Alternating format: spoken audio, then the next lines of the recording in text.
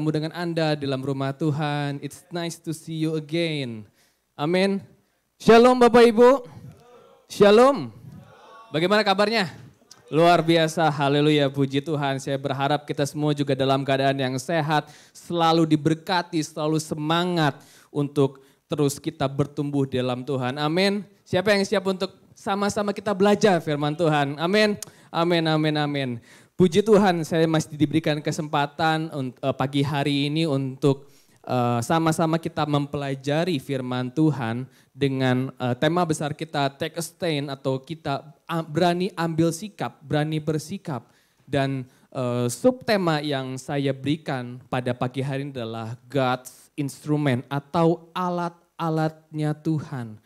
Siapa di sini yang percaya bahwa setiap kita dipanggil menjadi alat-alatnya Tuhan? Siapa yang percaya Bapak Ibu?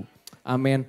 Entah apapun pekerjaan kita, entah apapun latar belakang kita, setiap kita dipanggil untuk menjadi alat kemuliaannya Tuhan. Amin Bapak Ibu. Dan pagi hari ini sama-sama kita akan belajar kembali dari seorang yang bernama Rahab.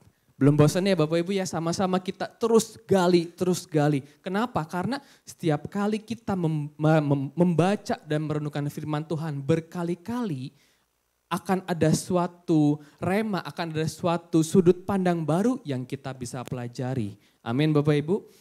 Kita ambil ayatnya dari Yosua 2 ayat 1 sampai 13. Dikatakan seperti ini. Yosua bin Nun dengan diam-diam melepas dari Sitim 2 orang pengintai. Katanya, pergilah, amatilah negeri itu dan kota Yeriko. Maka pergilah mereka dan sampailah mereka ke rumah seorang perempuan sundal yang bernama Rahab, lalu tidur di situ. Kemudian diberitahukannya kepada Raja Yeriko demikian. Tadi malam ada orang datang kemari dari orang Israel untuk menyelidik negeri ini. Maka Raja Yeriko menyuruh orang kepada Rahab mengatakan, bawalah keluar orang-orang yang datang kepadamu itu, yang telah masuk ke dalam rumahmu sebab mereka datang untuk menyelidik seluruh negeri ini. Tetapi perempuan itu telah membawa dan menyembunyikan kedua orang itu. Berkatalah ia, memang orang-orang itu telah datang kepadaku, tetapi aku tidak tahu dari mana mereka. Dan ketika pintu gerbang hendak ditutup, menjelang malam, maka keluarlah orang-orang itu. Aku tidak tahu kemana orang-orang itu pergi. Segeralah kejar mereka, tentulah kamu dapat menyusul mereka. Tetapi perempuan itu telah menyuruh keduanya naik ke suatu rumah dan menyembunyikan mereka di bawah timbunan batang rami yang ditebarkan di atas soto itu. Maka pergilah orang-orang itu mengejar mereka ke arah sungai Yordan, ke tempat-tempat penyeberangan, dan ditutuplah pintu gerbang segera sesudah pengejar-pengejar itu keluar. Tetapi sebelum kedua orang itu tidur, naiklah perempuan itu mendapatkan mereka di atas soto dan berkata kepada mereka, kepada orang-orang itu, aku tahu bahwa Tuhan telah memberikan negeri ini kepada kamu, dan bahwa kengerian terhadap kamu telah menghinggapi kami dan segala penduduk negeri ini gemetar menghadapi kamu. Sebab kami mendengar bahwa Tuhan yang mengeringkan air laut Teberau di depan kamu ketika kamu berjalan keluar dari Mesir. Dan apa yang kamu lakukan kepada kedua raja orang Amori yang di seberang sungai Yordan itu, yakni kepada Sihon dan Og yang telah kamu tumpas. Ketika kami mendengar itu, tawarlah hati kami dan jatuhlah semangat setiap orang menghadapi kamu. Sebab Tuhan Allahmu ialah Allah di langit di atas dan di bumi di bawah. Maka sekarang bersumpahlah kiranya demi Tuhan bahwa karena aku telah berlaku ramah terhadapmu, kamu juga akan berlaku ramah terhadap kaum keluargaku. Dan berikanlah kepadaku suatu tanda yang dapat dipercaya bahwa kamu akan membiarkan hidup ayah dan ibuku, saudara-saudaraku yang laki-laki dan yang perempuan, dan semua orang-orang mereka, dan bahwa kamu akan menyelamatkan nyawa kami dari maut. Begitu saya melihat seorang yang bernama Rahab, begitu saya merenungkan firman Tuhan, saya berkata, hebat ya rencana Tuhan. Dia hanya memakai seorang perempuan yang tidak ada apa-apanya, yang bukan siapa-siapa, bahkan seorang perempuan yang boleh dikatakan pada masa itu sangat bercela karena dia adalah seorang perempuan sundal. Tapi itu tidak menghalangi Tuhan menggenapi rencananya yang luar biasa. Allah ini memilih orang-orang yang biasa, bahkan menurut kita itu orang-orang yang sangat tidak layak untuk menjadi alat kemuliaannya Tuhan. Ini suatu hal yang sangat mind blowing. Di mana di dunia ini ketika ada satu orang ingin, saya punya rencana seperti ini. Maka saya akan memanggil orang-orang yang luar biasa, orang-orang yang ahli di bidangnya supaya rencana saya tergenapi. Tapi di sini kita belajar bahwa Tuhan itu bisa memakai siapapun.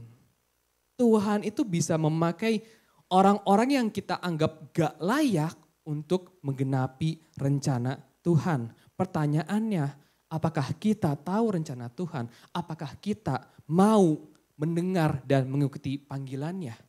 Mari kita renungkan pagi ini Bapak Ibu Saudara. Saya akan ambil seorang yang bernama Gladys Aylward. Ada yang tahu? Gak ada yang tahu. Saya juga baru tahu ketika saya mencari ini. Siapa dia? Dia itu bukan siapa-siapa. Dia itu hanya seorang pembantu rumah tangga di London, di Inggris Bapak Ibu. Dan singkatnya setelah itu dia menerima Yesus sebagai Tuhan dan Juru Selamatnya, dia diubahkan. Dan ia ingin melayani menjadi seorang misionaris. Lalu dia diterima oleh Yayasan China Inland Mission dan dipersiapkan selama 3 bulan. Belajar firman Tuhan, belajar. Tapi ternyata selama 3 bulan ini Bapak Ibu, itu tidak ada kemajuan dalam proses pembelajarannya. Sehingga Gladys ini tidak ditawari untuk pembekalan atau pelatihan lanjutan dari Yayasan China Inland Mission ini. Tapi Gladys ini merasa ini panggilan saya untuk menjadi seorang misionaris.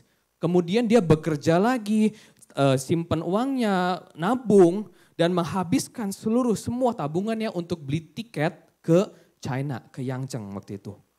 Dan perjalanannya Bapak Ibu itu enggak mudah ternyata. Perjalanan yang dia lewati itu dia harus melewati Siberia. Di mana waktu itu hubungan antara China dan Rusia itu sedang panas, sedang tegang, sedang ada peperangan di situ. Tapi akhirnya dia sampai di China dengan selamat dan dia mulai di sana sambil belajar, sambil bekerja juga dia terus untuk belajar bahasa supaya dia bisa juga menyampaikan firman Tuhan kepada orang-orang di sana.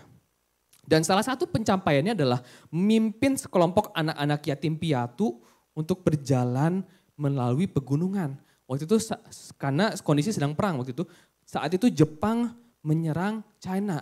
Dia memimpin anak-anak yatim piatu untuk berjalan melalui pegunungan. Dia menyelamatkan nyawa-nyawa dari anak-anak yatim piatu tersebut. Dan ternyata kisahnya ini dibukukan dan dibuat film. Sampai segitunya.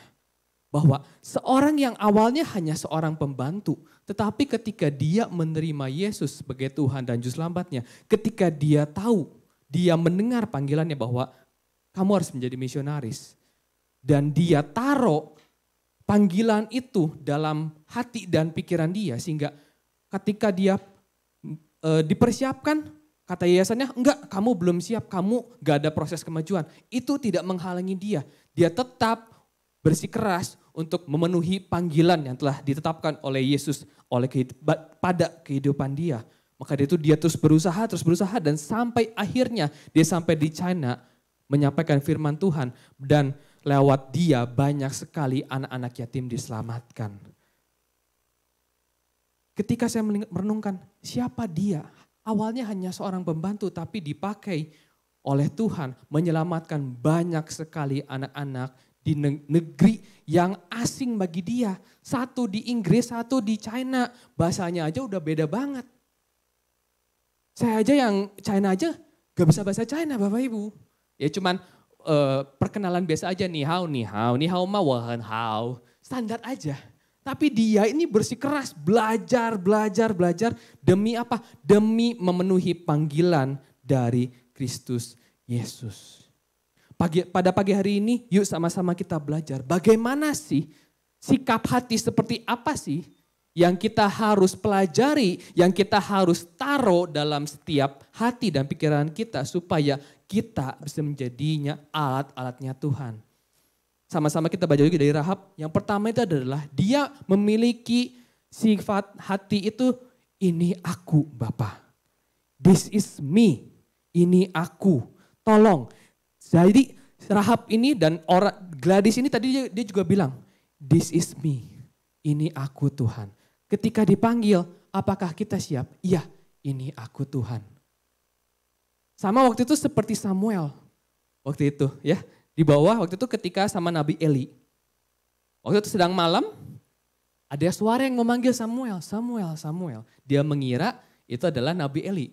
Dia lari ke Nabi Eli. Iya Bapak. Oh bukan, saya tidak memanggil kamu, tidur lagi. Selama 3 kali. Akhirnya Nabi Eli juga diberikan hikmat, itu adalah panggilan Tuhan. Lalu kita lihat respon Samuel ketika dia dipanggil ketiga kalinya adalah apa? Iya Bapak, ini aku. Sifat pertama, sikap hati pertama yang kita harus terapkan adalah ini aku Bapak. Yuk sama-sama kita memiliki sikap hati ini aku. Terlepas apapun masa lalu kita. Terlepas seberapa buruknya kita di masa lalu, Tuhan tahu. Kenapa? Rahab aja yang seorang perempuan sundal, Tuhan pakai. Saulus aja yang membunuh banyak sekali pengikut Tuhan, Tuhan pakai. Petrus aja seorang nelayan yang pengecut, Tuhan pakai. Maka dari itu Bapak Ibu, apapun pengalaman di masa lalu kita, apapun hal-hal yang di masa lalu mungkin bagi orang itu kamu gak layak. Tapi di hadapan Tuhan semuanya itu layak, semuanya itu Tuhan sudah bersihkan. Kenapa? Karena kita harus memiliki mindset bahwa masa lalu itu tidak boleh menentukan masa depan kita. Tapi pilihan yang kita buat sekarang di dalam Kristus Yesus itulah yang akan menentukan masa depan kita. Amin. Jangan terlalu terpaku dengan masa lalu Bapak Ibu. Karena kita juga orang yang berdosa semuanya. Tapi ketika kita menerima Tuhan sebagai Tuhan dan Juru Selamat kita diberikan satu identitas baru. Kita diberikan suatu kepribadian yang baru. Kita diberikan suatu janji yang baru di mana kita menjadi orang yang lebih dari pemenang. Kembali kita belajar kepada Rahab.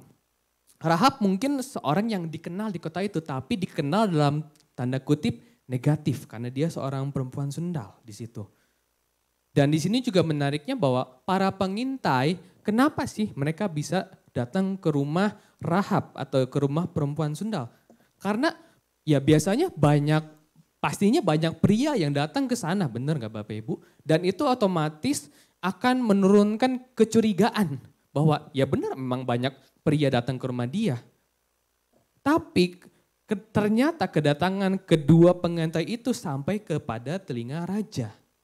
Dan raja meminta Rahab untuk menyerahkan pengintai-pengintai itu. Tapi di sini kita bisa melihat bahwa Rahab itu melakukan suatu kebohongan di sini. Dia menyembunyikan kedua para pengintai itu. Apakah berbohong itu dibenarkan? Berbohong tidak pernah dibenarkan dalam Alkitab. Tapi saya juga teringat kepada waktu itu ada ketika zamannya Adolf Hitler ya. Ketika dia menghabisi banyak sekali bangsa-bangsa Yahudi karena dia benci kepada bangsa Yahudi, orang-orang Jerman di situ, dan kepada orang-orang yang menyembunyikan bangsa Yahudi mereka juga berbohong untuk menyelamatkan bangsa Yahudi di situ. Di sini kita melihat bahwa kita jangan lihat bahwa Rahab itu berbohong, tapi yang kita lihat adalah pilihan dia untuk berbohong untuk dia berjalan di depannya. Karena kalau kita tadi belajari lagi, dia telah mendengar firman Tuhan. Dia telah mendengar kehebatannya Tuhan. Dan dia mau untuk menjadi bagian dari rencana Tuhan yang luar biasa. Jadi yang dibenarkan itu adalah pilihan dia untuk masuk ke dalam rencananya Tuhan. Allah itu memilih orang-orang yang biasa, bahkan yang menurut kita kayaknya gak mungkin deh dia dipakai Tuhan. Sama kayak Rahab, mungkin gak seorang pelacur perempuan Sunda dipakai Tuhan. Untuk bahkan sampai dia akhirnya tuh menjadi garis keturunannya Yesus. Ketika nanti kita baca lagi di Matius silsilah, itu ada nama Rahab Bapak Ibu. Sampai segitunya, mungkin gak seorang pelacur, ternyata itu ketika lihat silsilahnya ada dia garis keturunan dari Rahab Yesus itu. Wah, gak mungkin banget, bener gak? Sama tadi saya cerita, ketika kita di perusahaan yang punya bisnis Bapak Ibu, kita akan mencari orang marketing yang ahli di bidang marketing. Cari orang IT yang mahir di bidang IT. Gak mungkin kita nyari orang IT yang pinternya ngegambar gitu kan. Enggak kan? Gak mungkin, bener gak? Ketika kita mungkin para orang tua nanti cari calon mantu. Oh carinya kelihatannya harus yang bagus ya. Harus yang begini, harus yang begini, harus yang begini. Bener gak? Banyak sekali ketika kita juga, banyak sekali sekarang ini ketika kita cari hamba Tuhan. Cari yang paling saleh, yang paling bener, yang paling dahsyat, yang paling powerful, yang paling banyak followersnya. Seringkali dalam kehidupan kita di dunia ini kita memakai standar-standar manusia. Tapi di sini kita pagi ini belajar, yuk kita pelajari standarnya Tuhan.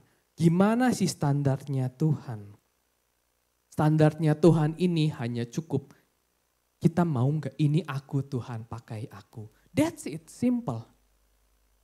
Di dalam 1 Korintus 1 ayat 27-28 dikatakan, tetapi apa yang bodoh bagi dunia dipilih Allah untuk memalukan orang-orang yang berhikmat. Dan apa yang lemah bagi dunia dipilih Allah untuk memalukan apa yang kuat. Dan apa yang tidak terpandang dan yang hina bagi dunia dipilih Allah. Bahkan apa yang tidak berarti dipilih Allah untuk menyediakan apa yang berarti. Di sini kita bisa melihat bahwa Allah ini memilih itu yang menurut dunia itu bodoh. Sama seperti ketika Rahab, bodoh enggak Tuhan percaya kepada seorang pelacur? Menurut standar kita, menurut standarnya dunia, itu bodoh. Tapi Tuhan memakai dia untuk suatu rencana yang dahsyat. Daud dianggap sama keluarganya gak ada apa-apanya karena dia berparas kecil, masih muda. Tapi Tuhan memakai dia menjadi seorang yang berhasil membunuh Goliat yang badannya jauh lebih besar. Dan dia menjadi seorang raja yang diurapi Tuhan. Allah memilih Petrus tadi, nelayan yang sarkastik, pengecut, tapi menjadi pengikutnya Tuhan. Menjadi batu karang. Allah memilih Esther, pengungsi yatim piatu, untuk menjadi ratu yang membela umatnya. Bahkan Allah memilih budak kecil, pembantunya Panglima Naaman, untuk menyarankan Naaman, Pak, apa susahnya sih nyelam 7 kali aja?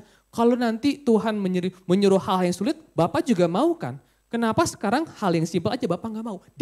Tuhan memakai seorang hamba, seorang budak untuk menyampaikan kesembuhan kepada Naaman.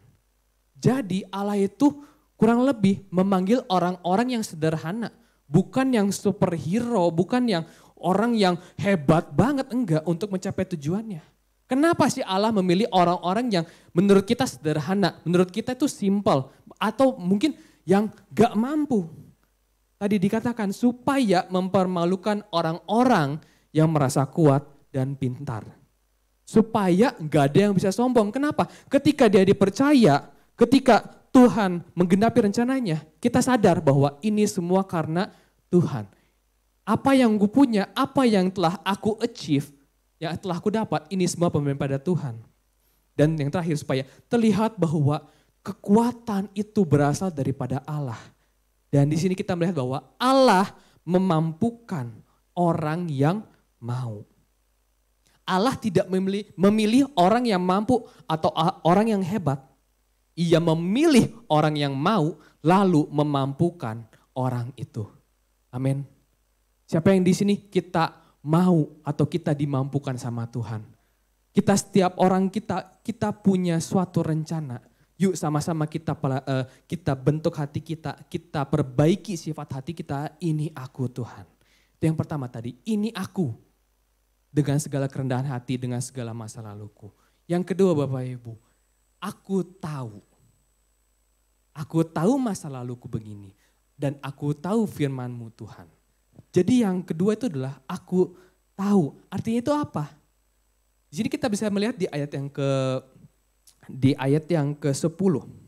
Sebab kami mendengar bahwa Tuhan telah mengeringkan air laut Teberau di depan kamu ketika kamu berjalan keluar dari Mesir, dan apa yang kamu lakukan kepada kedua raja orang Amori yang di seberang sungai Yordan itu, yakni kepada Sihon dan Og yang telah kamu tumpas. Di sini kita bisa melihat bahwa Rahab itu tahu akan janjinya Tuhan. Rahab itu tahu akan rencananya Tuhan atas bangsa Israel. Jadi artinya tuh Rahab belajar. Dia tahu siapa nih Tuhan Allahnya Israel. Siapa sih dia? Dan apa yang telah dia perbuat? Mujizat-mujizat apa yang telah dilakukan oleh Tuhan Allah bangsa Israel selama bangsa Israel dari perjalanan dari Mesir menuju tanah perjanjian. Dia belajar. Dia memperhatikan dan mengetahui Allah yang orang Israel waktu itu sembah. Di sini berarti menggambarkan bahwa Rahab berarti tahu Allahnya orang Israel. Dia tahu. Dan dia juga tahu rencana Tuhan akan bangsa Israel. Kita tahu enggak sekarang rencana Tuhan atas kehidupan kita apa? Gimana kita bisa tahu kalau kita sendiri gak mau cari firman Tuhan? Tahun ini saya benar-benar diingatkan ketika awal tahun, ketika ada ibadah awal tahun, saya diingatkan, yuk kita tahun ini, Will tolong pelajari firman Tuhan lebih dan lebih lagi. Dan akhirnya waktu saya membuat komitmen Bapak Ibu, yuk 1 tahun beres 1 Alkitab. Dan itu resolusi saya dari tahun lalu Bapak Ibu, dari tahun 2023. Dan ternyata berhenti di tengah jalan. Kenapa? Gak ada temen. Akhirnya saya waktu itu belajar, oh iya kayaknya kalau sama temen rame ya.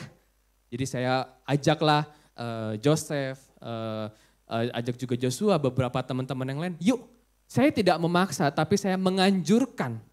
Yuk sama-sama kita belajar firman Tuhan. Kenapa?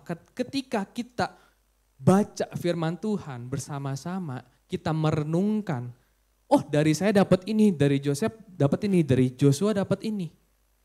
Kita akan semakin dipenuhi, oh ternyata benar ya, oh ternyata ini ya. Dan ketika saya belajar firman Bapak Ibu lebih dalam lagi, saya baru bersyukur bahwa saya hidup di zaman kasih karunia. Kenapa? Karena selama hampir 2 bulan ini kita kan baca berurutan ya, dari Kejadian, Keluaran, Imamat, Ulangan, Bilangan semuanya. Dan saya di situ baru terbuka lagi bahwa dulu itu orang mau beribadah sama Tuhan ribetnya setengah mati. Orang mau mempersembahkan korban aja ribetnya setengah mati.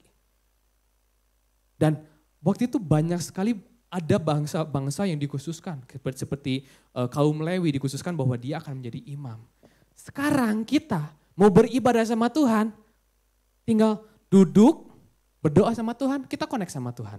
Kalau dulu enggak Bapak Ibu, kamu harus masuk ke dalam pelatarannya, kamu harus mempersembahkan dulu korban syukur, korban penghapusan dosa kamu, korban ini. Dan begitu lihat, untuk kamu dosa begini, kamu harus mempersiapkan lembu, kalau nggak punya lembu harus mempersiapkan ini, dan nanti dagingnya kamu harus gini ya bakar, lemaknya kamu nggak boleh ini, airnya harus ribet Bapak Ibu kalau baca lagi nanti.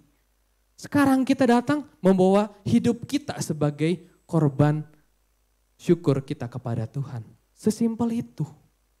Maka dari itu, yuk sama-sama Bapak Ibu kita cari tahu firman Tuhan, kita cari tahu apa sih rencana Tuhan dalam hidup setiap kita Bapak Ibu.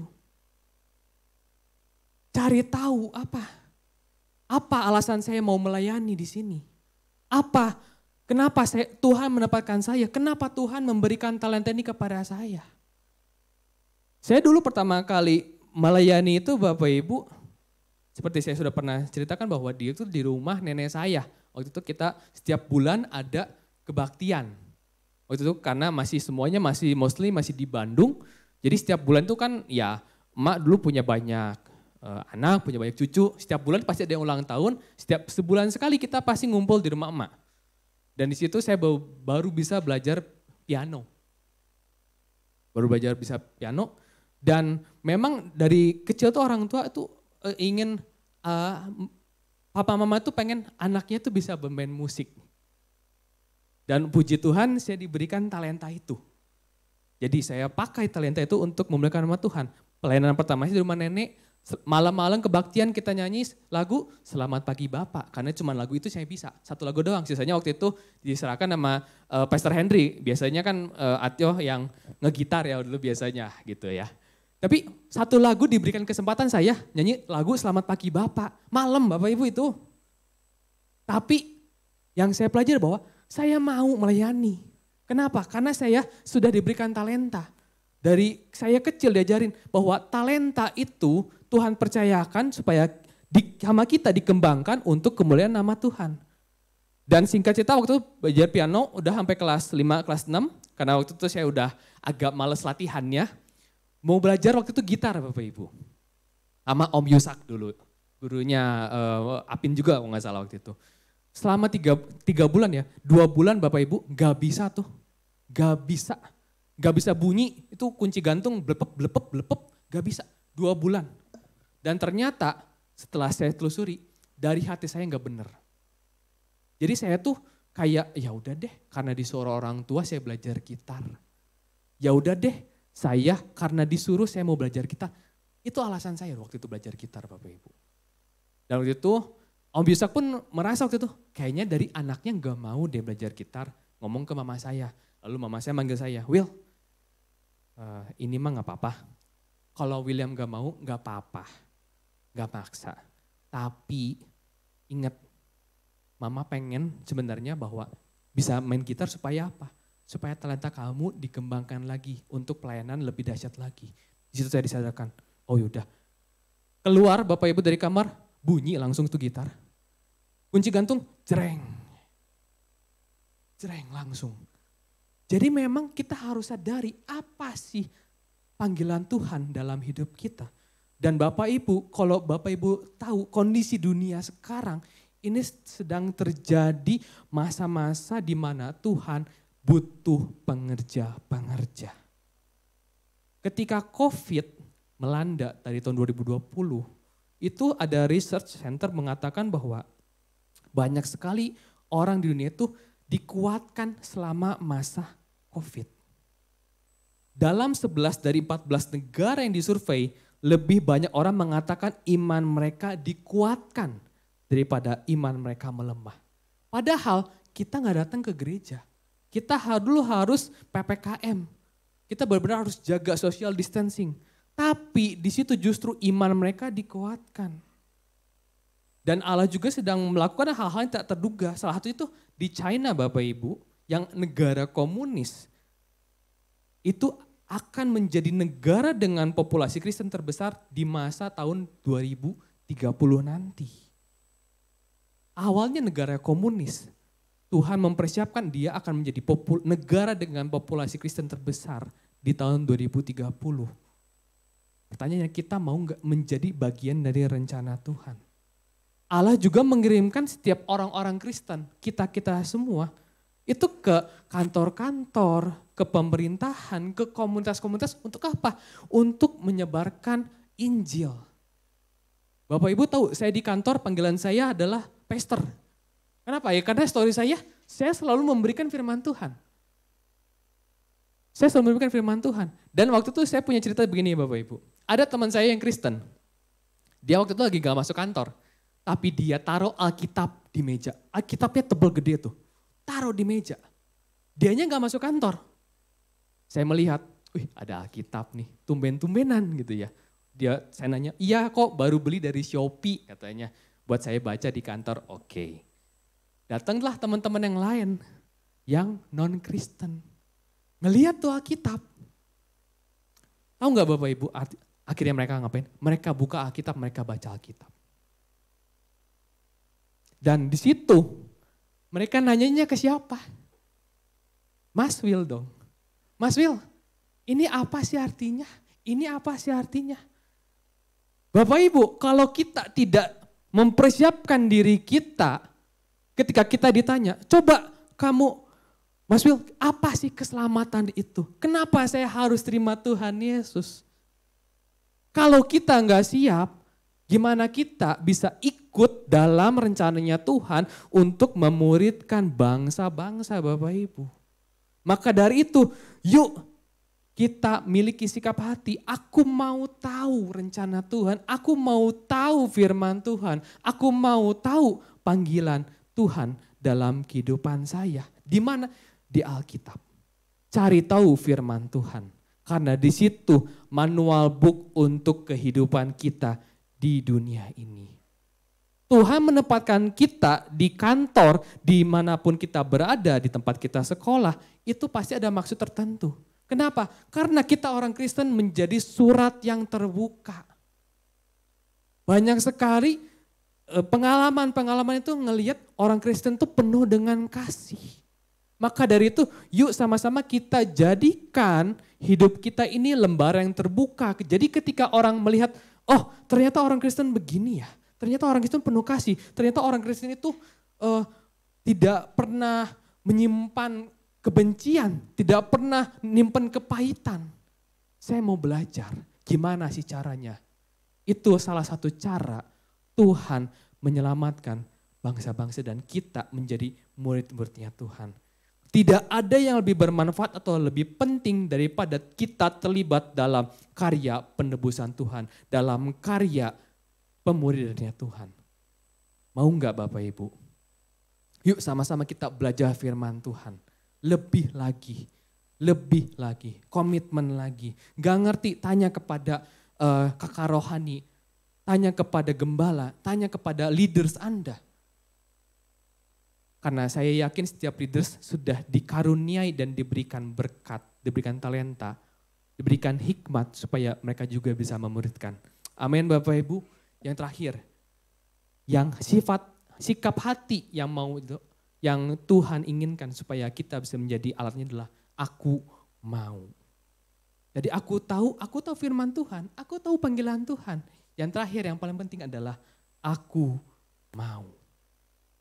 Di sini kita bisa melihat bahwa di ayat yang 11 sampai 13 Rahab itu ketika kami mendengar itu tawalah hati kami dan jatuhlah semangat setiap orang menghadapi kamu sebab Tuhan Allahmu ialah langit di atas dan di bumi di bawah.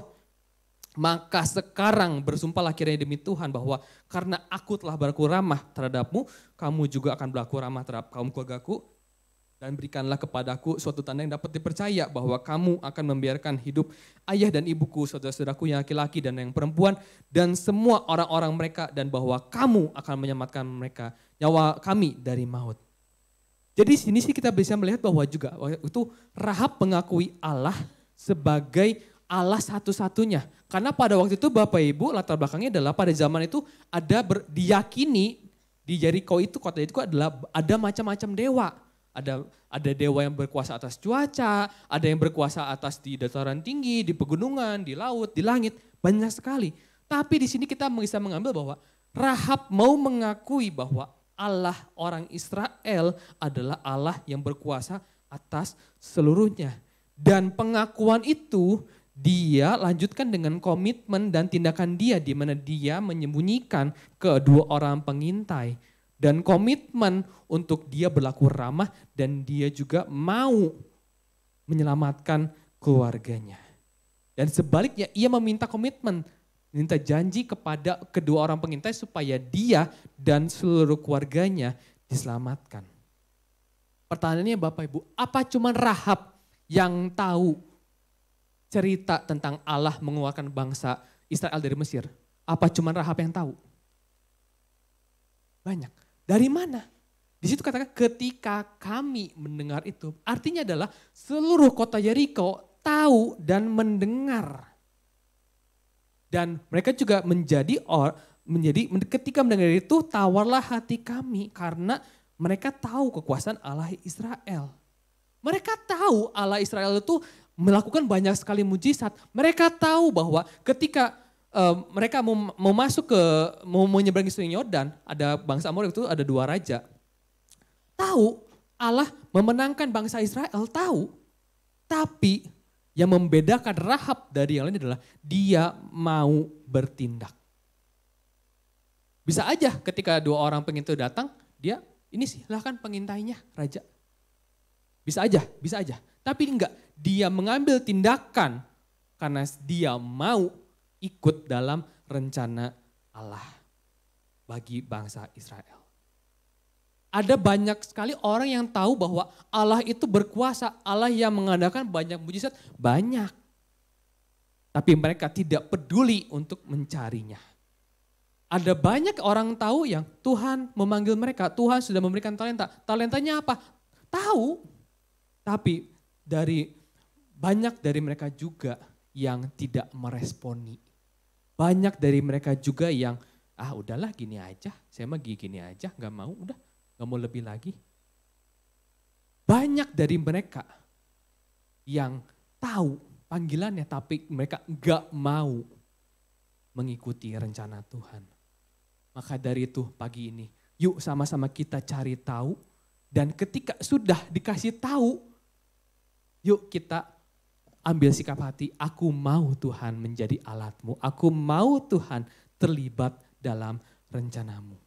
Dan dikatakan juga terakhir dalam Yakobus 2 ayat 25, dan bukankah demikian juga Rahab pelacur itu dibenarkan karena perbuatan-perbuatannya ketika ia menyembunyikan orang-orang yang disuruh itu di dalam rumahnya, lalu menolong mereka lolos melalui jalan yang lain. Rahab dibenarkan oleh keputusannya, oleh perbuatannya, oleh komitmennya untuk mengikuti Allah Israel. Jangan meminta kepada Tuhan untuk membimbing langkahmu kalau kamu tidak bersedia untuk menggerakkan kaki kamu. Tuhan, aku minta dong petunjuk dari Tuhan. Tapi kita enggak mau bergerak sesuai dengan rencananya Tuhan. Itu menjadi hal yang sia-sia. Karena kita harus berjalan di dalam rencananya Tuhan. Supaya kemuliaan Tuhan dinyatakan atas kehidupan kita dan kepada orang-orang sekitar kita. Amin. Sekali lagi, Allah itu memanggil orang yang mau. Allah tidak mempedulikan orang yang latar belakangnya hebat banget. Oke, gak masalah. Allah tidak mempedulikan orang yang punya pengalaman buruk. Gak apa-apa. Yang penting hatinya mau. Hatinya bersedia. Ia memiliki panggilan untuk setiap kita. Ia memiliki panggilan. Dan kita harus percaya bahwa setiap kita dipanggil untuk dalam rencananya yang luar biasa. Panggilan untuk mengikuti Dia, untuk melayani Dia, dan yang terlebih untuk kita menjadi pelaku-pelaku firman Tuhan, murid-muridnya Tuhan, pengikut-pengikutnya Kristus. Lewat apa? Lewat kehidupan kita. Amanat agung, pergilah dan jadikanlah semua bangsa muridku. Apakah kita mau lewat kehidupan kita banyak orang dimenangkan? Mau enggak? Amin ya. Tapi kita harus memiliki dulu sifat hati yang benar. Ini aku Tuhan. Dan kedua, aku mau tahu Tuhan rencanamu. Aku mau cari tahu kebenaran firman-Mu. Aku mau tahu Tuhan rencanamu yang hebat dalam kehidupan kami. Dan panggilan yang Tuhan tetapkan dalam kehidupan kita, pasti ada harga yang harus kita bayar. Mungkin kita akan dikucilin. Seperti saya sama teman-teman, gak usah ajak William. Orangnya suci, orangnya holy, gak bakal mau. Tapi itu adalah harga yang harus saya bayar ketika saya memenuhi panggilan Kristus. Kenapa? Karena kita adalah pengikut-pengikut Kristus. Kita harus say no to dosa. Kita berani katakan tidak. Kita gak boleh berkompromi dengan dosa sedikit apapun. Tapi ketika kita juga telah membayar harganya, Tuhan juga sudah menyediakan berkat-berkatnya dalam kehidupan kita. Amin. Bukan hanya untuk kita saja berkat-berkatnya, tapi untuk keluarga kita. Sama seperti Rahab ketika dia mau mengambil komitmen, aku mau masuk ke dalam rencananya Tuhan. Gak cuman Rahab aja, tapi ayah, ibunya, si isi rumahnya, saudaranya laki dan perempuan, semua diselamatkan oleh karena Rahab. Maka dari itu, yuk Bapak Ibu, mari kita ikuti panggilan dia. Alive in calling, cari tahu apa panggilan Tuhan. Yuk kita berani bersikap ketika Tuhan memanggil kita. Aku mau Tuhan, ini aku. Terlepas masa lalu aku yakin Tuhan akan memampukan saya untuk berjalan dalam rencananya Tuhan. Aku mau tahu Tuhan kebenaran firman-Mu. Aku mau lebih lagi belajar firman-Mu. Dan terlebih aku mau ikut terlibat dalam rencananya Tuhan. Amin Bapak Ibu. Ini merupakan suatu pesan yang saya rindukan untuk setiap Bapak Ibu semua. Supaya apa? Supaya rencana Tuhan tergenapi akan setiap kehidupan kita. Dan ketika rencana Tuhan tergenapi dalam setiap kehidupan kita, otomatis kita akan menjadi berkat. Kita akan diberkati, tapi kita juga terlebih akan menjadi berkat bagi sesama kita. Banyak sekali hal-hal yang unexpected dalam kehidupan kita. Sama seperti saya tiba-tiba ditanyain, Mas Will, apa sih keselamatan itu? Konsep Tritunggal itu gimana? Ditanya itu semua Bapak Ibu. Tapi ketika kita mempersiapkan diri, kita bisa yakin, kita bisa mempersiapkan Injil kita. Memberitakan Injil, orang tersebut akan dimenangkan. Mungkin gak langsung. Banyak dari kita pengen saya yang menabur, saya yang menuai. Enggak, kita menabur untuk Bapak. Menuai itu biar Bapak yang menentukan. Tapi tugas kita adalah menabur. Kalau dipercaya sama Tuhan untuk menuai, puji Tuhan. Kalau enggak apa-apa. Yang penting kita melakukan bagian kita dalam rencana Tuhan memuridkan bangsa-bangsa. Amin. Mari kita renungkan firman Tuhan sama-sama Bapak Ibu. Kita mau memberikan hati kita, pikiran kita, semuanya hanya untuk Tuhan. Karena apa ya? Karena kita percaya bahwa ada rencana Tuhan dalam setiap kehidupan kami, Yesus. Ku berikan hatiku dan jiwaku, semuanya bagimu di dalam hidupku, di setiap waktu. Nyatakan jalanmu, ku berikan hatiku dan jiwaku. Jadikan lagu ini doa Bapak Ibu. Semuanya bagimu di dalam hidupku, di setiap waktu.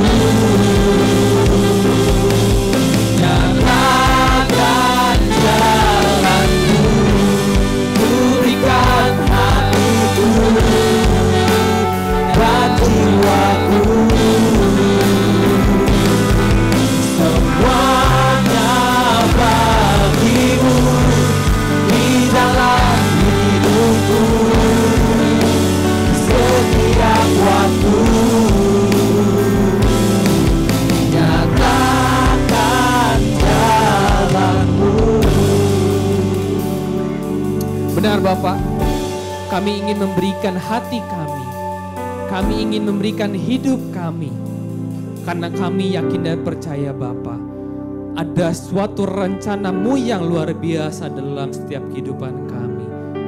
Mungkin kami gak ada apa-apanya, mungkin masa lalu kami jelek, tapi kami yakin dan percaya bahwa Engkau memampukan kami menjadi orang yang luar biasa. Karena kami mau menjadi pengikut-Mu, kami mau menjadi bagian dari rencana-Mu yang luar biasa Bapa. Berkati setiap kami Bapa. Kami ingin mengambil komitmen untuk memiliki sikap hati. Ini kami Bapa. Gunakanlah kami. Kami siap menjadi alat-Mu. Kami ingin juga Tuhan memperdalam kebenaran akan firman-Mu. Kami ingin tahu rencana-Mu yang lebih luar biasa lagi dalam kehidupan kami. Dan yang terakhir Bapa, kami mau menjadi pelayan-Mu. Kami mau menjadi pengikut-Mu. Kami mau ikut terlibat dalam rencana-Mu Bapa. Bapa, hamba berdoa Tuhan untuk setiap jemaat-Mu di tempat ini Bapa. Apapun kondisi mereka, apapun latar belakang mereka Bapa, berkati mereka Tuhan. Berkati mereka, apapun yang mereka lakukan, mereka boleh dibuat berhasil. Terlebih mereka boleh diberkati, bahkan mereka boleh menjadi berkat dimanapun mereka berada Bapa. Berikan kesehatan, berikan hikmat, berikan sukacita, berikan damai sejahtera. Karena kami percaya Bapa bahwa Engkau bersama dengan kami, bahwa Engkau tinggal dalam hati kami masing-masing Bapa.